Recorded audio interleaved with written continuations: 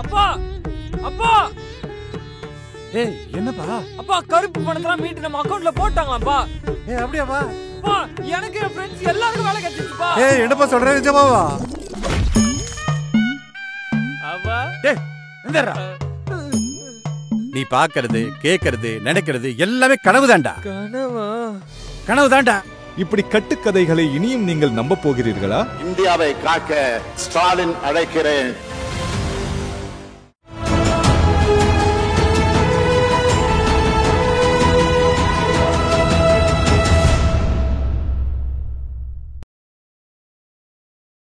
தமிழரம் நேயர்களுக்கு அன்பு வணக்கம். இன்றைக்கு நம்மோடு மூத்த பத்திரிகையாளர் திரு பிரியன் நம்மோடு இணைந்திருக்கிறார். வாருங்கள் நேரே அவரோட பேசலாம். வணக்கம் சார். வணக்கம் சார். சார் 2024 மக்களவை தேர்தல் நெருங்கிட்டு இருக்கு. இந்த தருணத்தில் விசிக, மதிமுக, நாம் தமிழர் கட்சி அவர்கள் விண்ணப்பித்த சின்னம் இன்னும் அவர்களுக்கு ஒதுக்கப்படலை. இது எப்படி முதல்ல பார்க்குறீங்க? அதாவது இது ஒரு ஜனநாயகத்தில் எல்லா கட்சிகளுக்கும் ஒரு சமதளமான ஒரு இது இருக்கணும், லெவல் பிளேயிங் ஃபீல்டு இருக்கணும் தேர்தலில். அது இல்லாத பண்ணுற ஒரு விஷயமாக தான் இதை பார்க்குறேன். இது தேர்தல் ஆணையம் ஒருதலை பட்சமாக இயங்குகிற ஒரு விஷயமாக பார்க்குறேன். அதாவது பாஜகவோட கூட்டணியில் இருக்கிற கட்சிகளுக்கு எந்த விதமான பிரச்சனைகளும் இல்லாமல் சுலபமாக கிடைக்குது எல்லா விஷயங்களும்.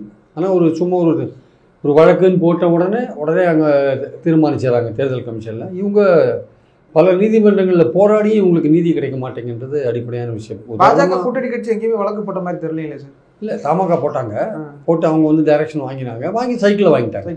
அவங்க இப்போ கடந்த பல தேர்தலாக தமாகன்ற கட்சி என்னைக்கு இருந்தது, என்னைக்கு மூட்டை கட்டி வச்சாங்க. அதுக்கப்புறம் இன்றைக்கி திடீர்னு சைக்கிள் சின்னத்தை கேட்ட உடனே கொடுக்க வேண்டிய அவசியம் என்ன? அவங்க கடந்த தேர்தலில் அவங்க வாங்கின ஓட்டு என்ன? சட்டமன்ற தேர்தலாக இருக்கட்டும், பாராளுமன்ற தேர்தலாக இருக்கட்டும், என்ன வின் பண்ணாங்களா? ஏதாவது இல்லை 6% ஓட்டு வாங்கினாங்களா? இல்லை ஒரு இடத்துல வின் பண்ணாங்களா? இல்லை 2 இடத்துல வின் பண்ணாங்களா? ஒன்றுமே கிடையாது. இப்போ சட்டமன்ற தேர்தலில் வின் பண்ணாங்களா? கிடையாது. எப்படி அவங்களுக்கு உடனே அவங்க கேட்ட சின்னத்தை உடனே கொடுக்குறீங்க? குக்கர் சின்னம் 2019 யூஸ் பண்ண சின்னம் 21 ஒரு பரிசு பெட்டியில் போட்டி போட்டார். அவருக்கு உடனே கொடுக்குறீங்க. அவர் எத்தனை எம்எல்ஏ வாங்கினார், எத்தனை எம்பி வாங்கினார்? 6% ஓட்டு வேணால் வாங்கியிருக்கலாம். பட் அவங்களுக்குலாம் கேட்டோன்னா கொடுக்குறீங்கல்ல. நாம் தமிழர் ஏற்கனவே அவங்க 3 தேர்தலில் அவங்க போட்டி போட்டுட்ருக்காங்க. அவங்களுக்கு அந்த சின்னத்தை ஒதுக்காத புதுசாக கட்சி ஆரம்பித்த ஒருத்தருக்கு ஒதுக்குறீங்க. ஸோ இதெல்லாம் பார்க்கும்போது இது பின்னாடி ஏதோ ஒரு உள்நோக்கம் இருக்கிறது நமக்கு தெரியுது. அப்போ இவங்க விடுதலை சிறுத்தைகள் போன வாட்டி ஒரு இடத்துல பானைச்சின்னத்தில் போட்டி போட்டாங்க பார்லிமெண்ட்டில். அது தவிர அசம்பிளியில் 4 இடங்களில் பானைச்சின்னத்தில் வின் பண்ணியிருக்காங்க. மதிமுக 2016 வரையும் அவங்க பம்பர் சின்னத்தில் போட்டி போட்டாங்க, அது இல்லைன்னு சொல்ல வரல. அப்புறம் 19-21 அவங்க விடுதலை சிறுத்தைகள் போட்டி போட்டாங்க. பட் அவங்க 4 எம்எல்ஏக்கள் கையில் வச்சுருக்காங்க. இப்போ விடுதலை சிறுத்தைகள் போட்டி போட்டாலும் 4 எம்எல்ஏக்கள் கையில் வச்சுருக்காங்க. பம்பர் சின்னத்தில் போட்டி போடல. இருந்தாலுமே அவர்களுக்கான ஒரு வாய்ப்பை கொடுக்கலாம். நீங்கள் பரிசு பெட்டியில் போட்டி போட்டவர்களுக்கு அதுக்கு முந்தின விஷயத்தை கன்சிடர் பண்ணுறீங்க. தமாக என்ற கட்சியே இது சீன்லேயே இல்லை, அந்த சின்ன தூக்கி கரெக்டாக கொடுக்குறீங்க. நிறைய சின்னங்களை டீலிஸ்ட் பண்ணிவிடுவாங்க, சின்ன லிஸ்ட்லேருந்து எடுத்துருவாங்க. இந்த மாதிரியான அந்த ஒதுக்கப்பட்ட சின்னங்களுக்கு ஏற்றபடி கட்சிகள் தகுதி பெறலைன்னா உடனே எடுத்துருவாங்க. அது மாதிரி 86-87 சின்னத்தை அவங்க எடுத்திருக்காங்க. அப்போ ஒதுக்கிற லிஸ்ட்டில் இருக்கிறதெல்லாம் நீங்கள் அப்போ தமாக சின்னத்தை எப்படி வச்சுருக்கீங்க? அது வேறு மாநிலத்தில் வேற ஒரு கட்சிக்கு கொடுத்துச்சு, நம்ம அது டக்குனு இவங்க கேட்டோன்னு எப்படி கொடுக்குறீங்க? ஸோ அதனால் இதுக்கு பின்னாடி தேர்தல் கமிஷனோட இந்த செயல்பாடுகளுக்கு பின்னாடி ஒரு அரசியல் கண்டிப்பாக இருக்குது. திமுக அணியில் இருக்கிறதுனாலேயே இந்த கட்சிகள் சங்கடத்தை சந்திக்கிறாங்கன்னு நான் நினைக்கிறேன். இதில் என்ன சொல்கிறாங்க அப்படின்னா, நாம் தமிழர் கட்சி 5-6% ஓட்டு வாங்கக்கூடிய ஒரு கட்சி. அவங்க என்ன சொல்றாங்க, இந்த மாதிரி சின்னம் கேட்கும்போது நீங்க ஃபார்ம் சரியா ஃபில் பண்ணல அப்படின்றாங்க. மதிமுக சின்னத்தை கேட்டு கோரிக்கை வைக்கும்போது நீங்க 2 தொகுதியில் நிக்கல, அதனால சின்னம் தர முடியாதுன்றாங்க.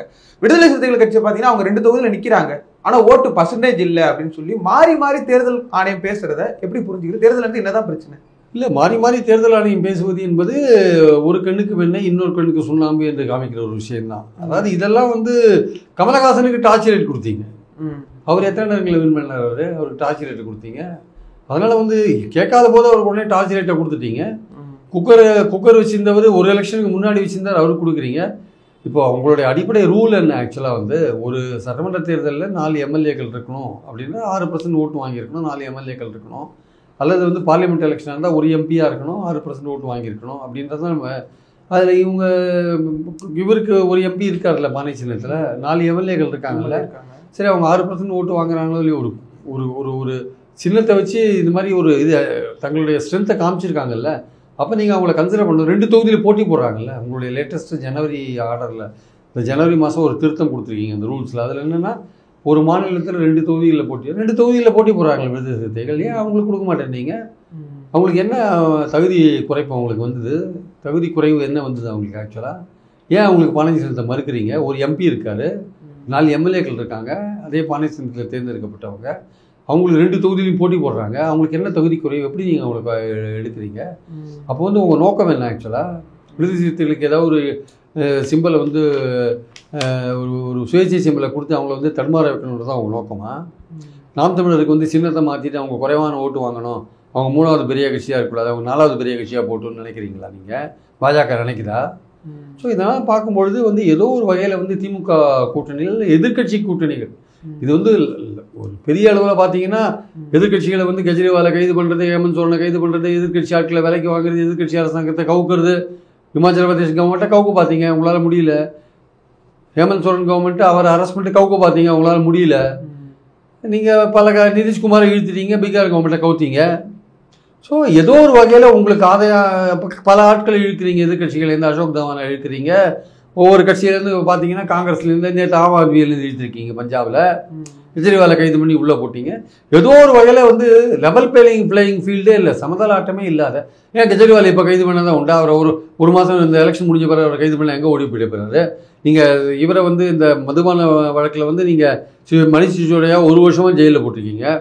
அவருக்கு ஏன் ஜாமீன் கொடுக்க மாட்டேன்னீங்க? வெளியில் போனால் அவர் வந்து சாட்சிகளை கலைப்பாருன்றீங்க. குற்றச்சாட்டு என்ன? 45 கோடி ரூபாய் நீங்கள் மதுபான கொள்கையில் வாங்கின துட்டை வந்து கோவா எலெக்ஷனில் செலவு பண்ணேன்னு உங்கள் குற்றச்சாட்டு. அந்த கட்சியோட முக்கியமான தலைவரே வந்து கெஜ்ரிவால் தான். அவரே 1 வருஷமாக வெளில இருக்கார். அவரை நீங்கள் நோட்டீஸ் மேலே நோட்டீஸ் அடிச்சிங்க. நீங்கள் எங்கள் சிச்சோடியா வீட்டில் ரைடு பண்ணிங்க, ஒன்றுமே பிடிக்கல. அவர் என்ன சொத்து வாங்கினார், எது வாங்கினார் தெரியாது. கடைசியில் கட்சி செலவு பண்ணி திரும்பிட்டான். அதாவது செந்தில் பாலாஜி அதை வாங்கினார், இதை வாங்கினார், இல்லை பொன்முடி அதை வாங்கினார், இதை வாங்கினார், இல்லை வந்து வேற ஒரு ஊரில் இது வாங்கினார், அதை வாங்கினார், ஹேமந்த் சோரன் அதை வாங்கினார். அது இல்லை, கட்சிக்கு செலவு பண்ணிட்டாங்க. இப்போ கட்சியே குற்றவாளியாகிறாங்க. இது ரொம்ப டேஞ்சரஸான ஒரு விஷயம் ஜனநாயகத்தில். கட்சியே குற்றவாளியாக நாளைக்கு வந்து திமுக வந்துட்டு வாங்கி செலவழிச்சுன்னு திமுகவை பிடிப்பானுங்க, வேற ஒரு கட்சியை பிடிப்பானுங்க, பிடிக்காத கட்சியெல்லாம் பிடிச்சிருவானுங்க. கட்சியே ஒரு குற்றவாளியாக்கி உள்ள சேர்க்கிறானுங்க. கட்சியை முடக்கிறதுக்கான ஐடியாவில் போறாங்க. ஒரே கட்சி மட்டும் தான் இருக்கணும், அது பாஜக மட்டும்தான் இருக்கணும், உலகத்தில் வேற யாரும் இருக்கக்கூடாது. ஒற்றை ஆட்சி யூனிட்டரி ரூல் இருக்கணும்னு அவங்க பாயிண்ட். யாராவது கட்சியை வந்து நீங்க பாஜக எவ்வளவு ரூபாய் 7000 கோடி ரூபாய் வசூல் பண்ணியிருக்காங்க எலக்ட்ரல் பாண்ட்ல. நீங்க ஒவ்வொரு ஆட்சியை கவுக்கிறதுக்கு எவ்வளவு ரூபாய் செலவு பண்றீங்க? யாருமே பேச மாட்டாங்களே சார். 7000 கோடி ரூபாய் எலக்ட்ரல் பாண்ட்ல வாங்கியிருக்காங்க. இங்க இருக்கக்கூடிய அண்ணாமலையோ வேல்முருகனோ நம்ம தமிழிசை அவரும் யாருமே அதை பத்தி பேசவே மாட்டாங்க. அவங்க எங்க பேசுறாங்க? அவங்க தான் குற்றம் பண்ணவங்க. அவங்க கட்சி தான் மத்தவங்க குற்றத்தை சொல்ல முடியும், தன்னுடைய குற்றத்தை ஒத்துக்கணும் இல்லை. ஆனா மாட்டாங்களே. அதை ஒத்துக்க மாட்டேங்கிறாங்கன்னா மக்கள் தான் பார்த்து ரியலைஸ் பண்ணணும், மக்கள் தான் உணரணும், அதை மக்கள் தான் உணர்ந்து ஓட்டு போடணும். அதில் நம்ம பாயிண்ட் என்னன்னா வந்து அப்போ அந்த தலைவரை வந்து கெஜ்ரிவாலை 1 வருஷமா வெளியில விட்டு வச்சிருக்கீங்க. அப்போல்லாம் சாட்சியை கலைக்க மாட்டார். இப்போ கரெக்டாக தேர்தல் சமயம் பார்த்து அரெஸ்ட் பண்ணுறீங்களே, ஏன் இன்னும் 1 மாதம் கழிச்சு தான் அரெஸ்ட் பண்ணுங்க? எங்கே போயிட போறாரு அவர்? இந்த வழக்கில் என்ன உடனடியாக அந்த வழக்கை தீர்க்கணும்னு ஏதாவது கட்டாயம் இருக்கா? அவரையும் பிடிச்சி உள்ளதான் வைக்க போறீங்க. அவர் வீட்லையும் ஒன்றும் ரெக்கவர் பண்ணல. கேட்டால் கட்சி செலவு வச்சுருந்தீங்க. 100 கோடி ரூபாய் வாங்கினாங்க, 45 கோடி ரூபாய் கோவாவில் செலவு பண்ணாங்கன்றீங்க. ரொம்ப டேஞ்சரஸான ஒரு விஷயத்தை நோக்கி இந்தியா போயிட்டு இருக்கு. ஆக்சுவலாக இது வந்து கோர்ட்லாம் இதெல்லாம் வேடிக்கை பார்த்துருந்தாங்கன்னா ஜனநாயகம் ரொம்ப கேலிக்குரியதாக மாறிடும், தேர்தல்லாம் ரொம்ப கேலிக்குரியதாக மாறிடும். ஜனநாயகத்தில் வந்து நீங்கள் கட்சியே குற்றவாளிக்கு போறீங்க. அப்போ வந்து ஷிண்டே மகாராஷ்டிரா ஆட்சியை கலைச்சிங்களே, ஷிண்டேவை தூக்கி குஜராத்தில் 1 வாரம் வச்சிருந்தீங்க, கோகாத்தியில் 1 வாரம் வச்சிருந்தீங்க, 40 எம்எல்ஏக்களை கூட்டு போனீங்களே, அதெல்லாம் யார் செலவழிச்ச பணம், எங்கேருந்து வந்த பணம்? அதெல்லாம் கணக்கு ஈடி கேட்பாங்களா? ஒவ்வொரு இடத்துலையும் ஆட்சியை கவுக்குறீங்களே, மத்திய பிரதேச ஆட்சியை கவுத்தீங்க, கர்நாடகா ஆட்சியை கவுத்தீங்களே, அந்த எம்எல்ஏக்கெல்லாம் யார் பணம் கொடுத்தாங்க? அவங்க மறுபடியும் எலெக்ஷன் எழும்போது அவங்க செலவழிச்சாங்க பிஜேபியிலேருந்து. ஏன் இப்போ 6 எம்எல்ஏக்களை இமாச்சல பிரதேசில் சஸ்பெண்ட் பண்ண ஸ்பீக்கர், அந்த 6 எம்எல்ஏக்கள் பிஜேபி சார்பாக மறுபடியும் எலெக்ஷன் வைக்கிறாங்களே, அவங்களுக்கு யார் செலவழிக்கிறாங்க பணத்தை? அவங்களை எப்படி நீங்கள் திடீர்னு ஹரியானா கூட்டு போனீங்க? அவங்கள எப்படி டெல்லி கூட்டு போறீங்க? என்ன யாருக்கு பணம் கொடுக்குறாங்க? அவங்களுக்குலாம் அவங்க பணத்தை செலவழிக்கிறாங்களா? இதெல்லாம் யாரும் கேள்வியே கேட்க மாட்டாங்களா? நான் கேட்குறேன், இதெல்லாம் ஈடி எப்போ கேள்வி கேட்கும்? ஈடியோட டைரக்டரே வந்து 4 தடவை எக்ஸ்டென்ஷன் கொடுத்து அவரே வச்சிருக்கீங்க. சுப்ரீம் கோர்ட் சொன்ன பிறகு தான் அவரை நீக்கிறீங்க நீங்கள். அதாவது பாஜக ஆட்சியே நடக்கிற மாதிரியான ஒரு ஃபீலிங்கில் தான் இன்னும் ஓட்டிட்டு இருக்காங்க. இது எலெக்ஷன் நடைமுறை அமுலுக்கு வந்துருதுன்றதே கணக்கில் இல்லை. எதிர்கட்சிகளை முடக்கிறதுன்றது வந்து நிச்சயமாக வந்து லெவல் பிளேயிங் ஃபீல்டு இல்லாத ஒரு எலெக்ஷன் எப்படி சார் ஒரு ஜனநாயகபூர்வமான எலெக்ஷனாக இருக்க முடியும்? அதுக்கான சான்ஸே இல்லை. கேட்டால் எல்லாம் லீகலாக நடக்குது. அப்போ உங்கள் ஆட்சியில் நேற்று ஜனார்தன் ரெட்டி 6 வருஷம் ஜெயிலில் இருந்தான். அந்த ஆள் ஒரு நீதிபதிக்கு லஞ்சம் கொடுத்தான் மைன் சுரங்க இது ஊழல்ல, அவனை பிடிச்சி உங்க கட்சியில் சேர்த்துருக்கீங்களா? அவன் யோக்கியனா? உங்க மூஞ்சி எங்க வச்சுப்பீங்க? அவனை கூட சேர்த்துருக்கீங்க கட்சியில. அது மாதிரி எவ்வளவு ஊழல்வாதிகள், அஜித் பவார் ஊழல்வாதி அவனை சேர்த்து வச்சிருக்கீங்க. சிண்டையா கட்சியில இருக்கிற எவ்வளவு பேர், புஜுபால்லாம் சேர்த்து வச்சிருக்கீங்க. அங்க ஹேமந்த் குமார் பிஸ்வாஸ் சேர்த்து வச்சிருக்கீங்க, சுமந்த் அதிகாரி சேர்த்து வச்சிருக்கீங்க. எல்லார் பேர்லயும் கேஸ் இருக்கா இல்லையா? எப்படி அவங்களாம் சேர்க்குறீங்க? அவங்களாம் ஒத்துமை ஒத்துறாங்களா? அதனால இவங்க வந்து கிளியரா தெரியுது எதிர்கட்சிகளை முடக்கிறதுக்கான விஷயங்கள். அதாவது இவங்க ஒருத்தர் மேல நடவடிக்கை எடுத்தா அவங்க ஊழல், இவங்க கட்சியில எவனா சேர்ந்தா அவன் சுத்த சுயம்பிரகாசம், அவன் எதுவுமே பண்ணாதவன். இந்த மாதிரியான நிலைமை வந்து மக்கள் எவ்வளவு நாள் வேடிக்கை பார்த்துட்டு இருக்காங்க. அதுக்கு ஒரே வழி இப்போ வரப்போற எலெக்ஷன்ஸ்ல இவங்களுக்கு எதிராக ஓட்டு போடுறது தான். ஸோ நம்மளுடைய பாயிண்ட் என்னன்னா வந்து நீங்க கேட்ட கேள்விக்கு தான் வரேன். ஆக்சுவலா வந்து தமிழ்நாட்டில் வந்து சின்னங்கள் ஒதுக்குறதுலையும் எலெக்ஷன் கமிஷன் பாரபட்சம். யாருங்க பொது தேர்தல் கமிஷனர்? அமித்ஷா டிபார்ட்மெண்ட்ல 2 வேலை செஞ்சு தேர்தல் கமிஷனர் வந்திருக்காரு. அவர் எப்படி இருப்பாரு? அவரு தலைமை தேர்தல் தெரிஞ்சவர் தானே. அவர் பெரிய இந்த தேர்தல் கமிஷனர் கவர்னரை கேள்வி கேட்கிற உச்ச நீதிமன்றம், உயர் நீதிமன்றம், கோர்ட்லாம் ஏன் வந்து தேர்தல் கமிஷனை கேள்வி கேட்க மாட்டேங்கிறீங்க? அவனை நியாயமாக தேர்தல் நடத்துற மாதிரியா இருக்கு. இப்போ இந்த சின்னம் ஒதுக்குற விஷயத்துல நியாயமாக நடந்துட்டு இருக்காங்க. ஏன் சார் சுப்ரீம் கோர்ட்டை வந்து அமைதியா இருக்க காரணம் என்னன்னு நினைக்கிறீங்க? சின்னம் ஒதுக்குற விஷயத்துல தேர்தல் ஆணையத்துல கண்டிச்சு எதுவுமே உயர் நீதிமன்றம் தாங்க, டெல்லி உயர் நீதிமன்றம் கண்டிக்கணுங்க. அவன் வந்து கையை கழித்து சும்மா இருக்கானுங்க. மெட்ராஸ் உயர் நீதிமன்றம் கண்டிக்கணும், கையை கழித்து சும்மா இருக்கானுங்க. என்னையா அவன் ஒரு எம்பி வச்சிருக்கான், 4 எம்எல்ஏ வச்சிருக்கான், பானச்சந்திரன் இருக்காம அவருக்கு போய் நீங்க இல்லைன்றீங்களா? என்ன அர்த்தம்? அது கேட்க வேண்டாமா? ஒரு அடிப்படை நியாயம் இருக்க வேண்டாமா? என்னைக்கோ கட்சியை மூடிட்டு வந்த இவருக்கு வந்து உயர் நீதிமன்றத்தில் பேருக்கு ஒரு கேஸை போட்டு, ஏன்னா கேட்டால் நாளைக்கு கேஸ் போட்டாருன்னு சொல்றதுக்காக ஒரு பேரை கேஸை போட்டு உடனே ஒரு டக்குன்னு கொடுக்குறீங்களா? சைக்கிள் எப்படி கொடுக்குறீங்க?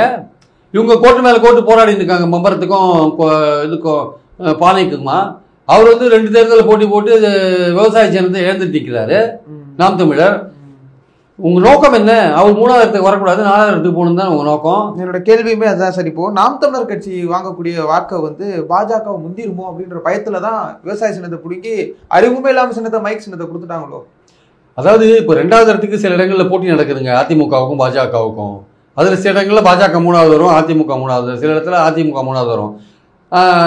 அதுக்கு தாண்டி அந்த 3வது 4வது அது அதிகமா பாஜகவோட அதிகமான வாக்கை வந்து பெற்று போறாங்க. அந்த 3வது இடத்துக்கு வர அந்த பொசிஷனை நம்ம பெறணும், இவங்க வந்து வந்துட போறாங்க, இவங்க நம்ம 4வது இடத்துக்கு போயிட போறோம்ன்ற பயம் வந்து பாஜகவுக்கு இருக்கு. இவங்க வளர்ந்துட்டு நான் வளர்ந்துட்டேனே மம்மின்றாங்களாங்கல்ல, அதான் வளர்ந்துட்டேன், அந்த வளர்ந்துட்டு அடையாளமா காமிக்கணுன்றதுக்காக இந்த மாதிரியான ஒரு அழுகுனி வேலையெல்லாம் பண்ணிட்டு இருக்காங்க. இந்த மாதிரியான தில்லுமுள்ளுகள்லாம் பண்ணிட்டு இருக்காங்க. எலெக்ஷன் கமிஷன் இந்த மாதிரி நாம் தமிழருக்கு சின்னத்தை இது பண்ணுறது, இவங்களுக்கு உடை சின்னத்தை மறுக்கிறது, பம்பர் சின்னத்தை மறுக்கிறது, இதெல்லாம் வந்து ரொம்ப டூ மச். ஒரு இப்போ ஜனநாயகத்தில் கெஜ்ரிவாலை பிடிச்சி உள்ளே போடுறது, ஹேமந்த் சோரனை பிடிச்சி உள்ளே போடுறது. உங்கள் கட்சி நிலைமை எல்லாம் சுத்த சுயமரகாசமா 7 லட்சம் கோடி ஊழல் என்னாச்சு? சிஏஜி சொன்ன ஊழல் எலக்ட்ரல் பாண்ட் வாங்கியிருக்கீங்களா? அந்த கதையெல்லாம் என்னாச்சு? வாங்கி நீங்கள் கான்ட்ராக்ட் கொடுத்தீங்க, எல்லாம் பண்ணீங்களா? என்னாச்சு அதெல்லாம்? எலக்ட்ரல் பாண்டில் உங்ககிட்ட வாங்கின கம்பெனி மிரட்டி வாங்கினீங்க. அதே கெஜ்ரிவால் கேஸில் என்னங்க ஆச்சு? அரவிந்த் ஃபார்மாவோட சேர்மன் யார்? சரத் ரெட்டி. அவனை கைது பண்ணீங்கல்ல? அவன் கைது பண்ணி 5 நாள் கழிச்சு அவன் உங்களுக்கு 5 கோடி ரூபாய் கொடுத்தான் எலக்ட்ரல் பாண்டில். அப்புறம் 45 கோடி கொடுத்தான், மொத்தம் 55 கோடி கொடுத்துருக்கான்னு சொல்கிறாங்க. அப்போ அவன் அப்ரூவ் ஆகிட்டான். அப்போ அவன் வந்து வெளில வந்துடுவான், அவன் ஜாலியாக சுற்றிட்டு இருப்பானா? அதனால் நடக்கிறதெல்லாம் அநியாயங்க, எவ்ரிதிங் அநியாயம். பாஜக பண்ணுறது எல்லாமே அவன் நியாயமாக இப்போ சொல்லிட்டு இருக்காங்க. நடக்கிறதெல்லாம் அநியாயம் நடத்திட்டு இருக்காங்க. மக்கள் தான் பார்த்து இதுக்கு ஒரு தீர்வு கொடுக்கணும். மக்கள் தீர்வு கொடுக்கணும்னா அதுக்கு இந்தியா கூட்டணி வலுவாக இருக்கணும். இந்தியா கூட்டணி அவனுக்குள்ள அடிச்சிருந்தாங்கன்னா ஒன்றும் நடக்காது. இந்த மாயாவை இவங்க மாதிரி நம்ம வெஸ்ட் பெங்காலில் இருக்காங்களே, அவங்கள மாதிரி வந்து ஒத்துழைக்காத இருந்தாங்கன்னா ஒன்றும் நடக்காது. ஒத்துழைச்சாங்கன்னா மம்தா பானர்ஜி மாதிரி அவங்க வந்து தானே வின் பண்ணுவோம்னு நினைக்கிறாங்க. அவங்கள எடுத்து பெரிய பாலிடிக்ஸ் பண்ணுறாங்க பிஜேபி. அங்கே அதாவது எவ்வளோ தூரம் வின் பண்ணுவாங்கன்னு தெரியாது. இப்போ வரப்போகிற 31ஆம் தேதி இந்தியா கூட்டணியோட மீட்டிங் நடக்குது டெல்லியில். கெஜ்ரிவாலை கண்டிச்சு அதுக்கு பர்மிஷன் கொடுப்பாங்களா மாட்டாங்களான்னு கூட தெரியல. நடத்தினாங்கன்னா அது பெரிய அளவில் நடந்து ஒரு ஒன்றுபட்டு எல்லாரும் போராடினாங்கன்னா பல ஸ்டேட்ஸில் வந்து பாஜகவுக்கு கூட்டணியே கிடையாது, அவங்க தனியாக தான் போட்டி போடுறாங்க. மகாராஷ்டிராவில் பிரச்சனை ஓடிட்டு இருக்கு அவங்களுக்குள்ள. இந்தியா கூட்டணி சில இடங்கள்ல நல்லா வயபிளாக இருக்குது. உத்தரப்பிரதேஷ், பீகார்லாம் நல்ல கூட்டணி அமைஞ்சிருக்கு. அதனால் வரப்போகிற எலெக்ஷனில் இந்த மாதிரியான ஜனநாயகத்துக்கு விரோதமான பல செயல்களை செய்கிற பாஜகவை கண்டித்து மக்கள், இது மட்டும் இல்லை, வாழ்வாதாரம், மக்களுடைய வேலையில்லா திண்டாட்டம், மக்கள் விலைவாசி உயர்வு, இன்னைக்கு வேலையில்லா திண்டாட்டம் ஒரு முக்கியமான பிரச்சனை. 19 வயசுலேருந்து 28, 29 வயசுக்குள்ள 20 கோடி வாக்காளர்கள் இருக்காங்க. அவனுடைய முக்கியமான பிரச்சனை வேலையில்லா திண்டாட்டம். 60,000 போஸ்ட்டுக்கு 50 லட்சம் பேர் அப்ளை பண்ணுறாங்க உத்தரப்பிரதேசத்தில். இன்னைக்கு 83% பேர் வேலை இல்லாத இருக்கான். பட்டதாரி படித்தவங்களில் 83% வேலை இல்லாத இருக்காங்க சார். அதுதான் இன்னைக்கு நிலைமை. உயர்கல்வி மேல்நிலை பள்ளி முடித்தவங்களும் பட்டதாரி முடித்தவங்களும் பார்த்தீங்கன்னா அதில் 83% பேர் வேலை இல்லாத இருக்காங்க. அவங்க தான் இந்த மாதிரி கான்ஸ்டபிள் போஸ்ட்டுக்கெலாம் அப்ளை பண்ணுறாங்க. 21 லட்சம் வேலை வாய்ப்புகளை நம்ம இழந்திருக்கோம் 21, 22. இதுக்கெல்லாம் யார் காரணம்? ஆக்சுவலாக 7 கோடி மக்களை வந்து உலக வறுமைகள் பட்டியலில் சேர்த்துருக்கோம் நம்ம. இதெல்லாம் நான் சொல்லலை. பரகாலா பிரபாகர்னு நம்ம நிதி மந்திரி இருக்காங்கல்ல, அந்த அம்மாவோட ஹஸ்பண்டே சொல்றாரு. அந்த அம்மாவோட ஹஸ்பண்ட் நேற்று என்ன சொல்லியிருக்காரு? உலகத்திலேயே மகா ஊழல் வந்து இந்த எலக்ட்ரல் பாண்ட் ஊழல் தான் சொல்றாரு. அதாவது இந்த ஃபைனான்ஸ் மினிஸ்டர் கொஞ்சமாவது ஒரு அடிப்படையான ஒரு தார்மீக ரீதியா அவங்க வீட்டுக்காரரே இதெல்லாம் சொல்றாரு. இந்த எக்கானமிலாம் வந்து இது பாஜக சொல்ற எக்கானமிலாம் பொய், அதெல்லாம் ஃபிகர்ஸ் எல்லாம் பொய். இந்தியா வந்து ரொம்ப பின்னுக்கு தான் இருக்கு, பொருளாதாரத்தில் ரொம்ப பின்னுக்கு தான் இருக்கு. இவங்க வந்து நெரேட்டிவை செட் பண்றாங்க. இவங்க ஏதோ தாங்கள் பெருசா வந்துட்டா மாதிரி. இன்னைக்கு என்ன டாலரோட மதிப்பு என்ன, ரூபாவோட மதிப்பு என்ன சார்? இன்னைக்கு எவ்வளோ ரூபாவோட மதிப்பு குறைஞ்சிருக்கு? யார் பொறுப்பதுக்கு கேட்டால் டாலரோட மதிப்பு ஏறிடுதுன்னு சொல்றாங்க ஒரு சீஃப் ஒரு ஃபைனான்ஸ் மினிஸ்டர். இது என்ன மாதிரி பதில் இது? ஆக்சுவலா வெங்காயம் விலை ஏறிடுதுன்னா வெங்காயம் நான் சாப்பிட்றது இல்லைன்னு சொல்றாங்க, பூண்டு விலை ஏறிடுதுன்னா பூண்டு நான் சாப்பிட்றது இல்லைன்னு சொல்றாங்க. இந்த மாதிரி ஒரு ஃபைனான்ஸ் மினிஸ்டர் வச்சுட்டு என்ன சார் பண்ண முடியும்? இதெல்லாம் அறிக்கை விட்டுருக்காங்க பாத்தீங்களா சார்? தேர்தல் நிக்கலங்கும் போது எனக்கு அந்த அளவுக்கு வசதி இல்லை அப்படின்றாங்க. அதாவது இதெல்லாம் வந்து ஏதோ அந்தந்த பிஜேபியில் அந்தந்த கட்சிக்காரங்க தான் செலவு பண்ற மாதிரியான ஒரு தோற்றத்தை கொடுக்குறாங்க பாருங்க. கட்சியில 8,000 கோடி ரூபாய் பண்ட வச்சிருக்காங்க, ஆட்சியை கவுக்கிறதுக்கு பயன்படுத்துறாங்க. அவங்க கொடுக்க மாட்டாங்களா? இன்னைக்கு தமிழ்நாட்டில் பாஜக நிற்கிறவங்க பெரும்பாலும் என்ன தெரியுமா, எலக்ட்ரில் கட்சி கொடுக்குற ஃபண்ட்ஸ் நம்பி தான் நிற்கிறாங்க. சரி, நம்ம தோத்தாலும் பரவாயில்ல, கட்சி ஃபண்ட்ஸ் நமக்கு மிச்சமாகுமே அந்த இடத்துல நிற்கிறாங்க. வாழ்க்கையில் செட்டில் ஆயிடலாம் அட்லீஸ்ட் அப்படின்னு தான் நிற்கிறாங்க. சும்மா ஏதோ ஒன்று கதை சொல்லிட்டு மக்கள் இதெல்லாம் வந்து மக்கள்கிட்ட சரியா கொண்டு போகணும். இந்தியா கூட்டணி இதெல்லாம் இந்தியா கூட்டணி இன்னும் ஒற்றுமையா இருந்து மக்கள்கிட்ட கொண்டு போகணுங்க. அவங்க கொண்டு போகலன்னா இழப்பு வந்து காங்கிரஸுக்கோ இந்தியா கூட்டணிக்கோ கிடையாது, ஜனநாயகத்துக்கு தான் இழப்பு. சார், கம்மிங் பேக் தமிழ்நாடு திமுக கூட்டணியுமே இந்த சின்ன விவகாரத்தில் தப்பு பண்ணிருச்சோ? ஏன்னா நாங்கள் வந்து சொந்த சின்னத்தில் தான் நிற்போம்னு சொல்லிட்டு ரொம்ப கராராக இருந்து தப்பு பண்ணிட்டாங்களோ? ஏன் இவங்க இந்த கூட்டணி கட்சிகள் வந்து சொந்த சின்னத்தில் நிற்கணும்னு கராராக இருந்தாங்க சார். அவங்க வந்து ரொம்ப அழுத்தம் கொடுத்தாங்க திமுகவுக்கு. திமுக என்ன சொன்னாங்க, ஏங்க கடந்த காலத்திலேயே வந்து ஏங்க நீங்க போன வாட்டியே சட்டமன்ற தேர்தலில் ஏங்க உதயசூரியன் நீங்க பாமா நான் கேட்கறாங்க வைகோவை ஏன் பம்பர சின்னத்தில் அப்பயே நீங்க ஏன் போட்டி போட டைம் பண்ணல? ஏன் நீங்க உதயசூரியன் ஜெயிச்சிங்க, வாசுதேவநல்லூர் ஜெயிச்சிங்க, மதுரை மேற்குல ஜெயிச்சிங்க, அரியலூர்ல ஜெயிச்சிங்க, எதுக்கு உதயசூரியன் ஏன் நின்னீங்க? அப்பவே நீங்க பம்பரம் கேட்க வேண்டியது தானே, ஏன் கேட்கல? இவங்க சிறுத்தைகள் கரெக்டா அவங்க பாளையத்தில் நின்னாங்கல்ல, நீ வந்து உதயசூரியன் நின்று ஜெயிச்சிங்க. நீங்க அப்பவே நீங்க பம்பரம் கேட்க. இப்போ விட்டு உங்களுக்கு என்ன ரோஷம் வந்துருச்சு, தன்மானம் வந்துருச்சு, சொந்த சின்ன இல்லாட்டி நான் தற்கொலையா பண்ணிப்பேன்ற மாதிரி அந்த அளவுக்கு செத்து போனாலும் போகலாம் அப்படின்ற அளவுக்கு நீங்க துறை வியாபாரி ஏன் பேசுறாரு? எதுக்காக பேசணும்? உங்களுக்கு ரோஷம் இருந்தா நீங்க அப்பவே நீங்க விமர்சனத்தில் நிற்க வேண்டியதானே. இப்போ ஒரு சீட்டை வாங்கிட்டு நிற்பேன் நீங்க என்ன அர்த்தம்? சரி, நான் கேட்கறேன், இவ்வளவு நாள் இவ்வளோ வருஷம் கட்சி நடத்துறீங்கல்ல, எலெக்ஷன் கமிஷனோட ரூல்ஸ் என்னன்னு நீங்க அதை பார்த்தாத வச்சிங்களா? எலெக்ஷன் கமிஷன் என்ன சொல்லுது? நம்ம சின்னத்தில் சொந்த சின்னத்தில் பம்பர சின்னம் நம்ம கிடைக்கிறதுக்கான வாய்ப்பு இருக்கா இல்லையா? அதை பார்க்க வேண்டியது உங்க கடமையா இல்லையா? ஆஸ் அ பொலிட்டிக்கல் பார்ட்டி வைகோவோட கடமையா இல்லையா? ஏன் அந்த நீங்க பார்க்கல? இந்த ஜனவரி மாசம் தான் ரூல்ஸ் அமெண்ட் பண்ணிருக்காங்க, ஒரு மாநிலத்தில் 2 இடத்துல போட்டி போடணும்ட்டு. ஏன் நீங்க அதை பார்க்கல? அப்ப நீங்க 2 இடத்துல நீங்க வந்து உங்களுடைய நோக்கம் என்னவா இருந்ததுன்னா, நம்ம வந்து சொந்த சின்னத்தில் நிற்கணும்னு ப்ரெஷர் பண்ணா இந்த வாட்டி டிஎம்கே கொடுத்துருவாங்க, இந்த வாட்டி அழுத்தம் கொடுத்தா கொடுத்துருவாங்க. ஆனா ஒரு விஷயத்துல டிஎம்கே தெளிவா இருந்தாங்க. 2019 யார் யாருக்கு என்னென்ன கொடுத்தோமோ அதுதாங்க இந்த வாட்டின்னு சொல்லிட்டாங்க. அதே மாதிரி தான் கொடுத்துருக்காங்க.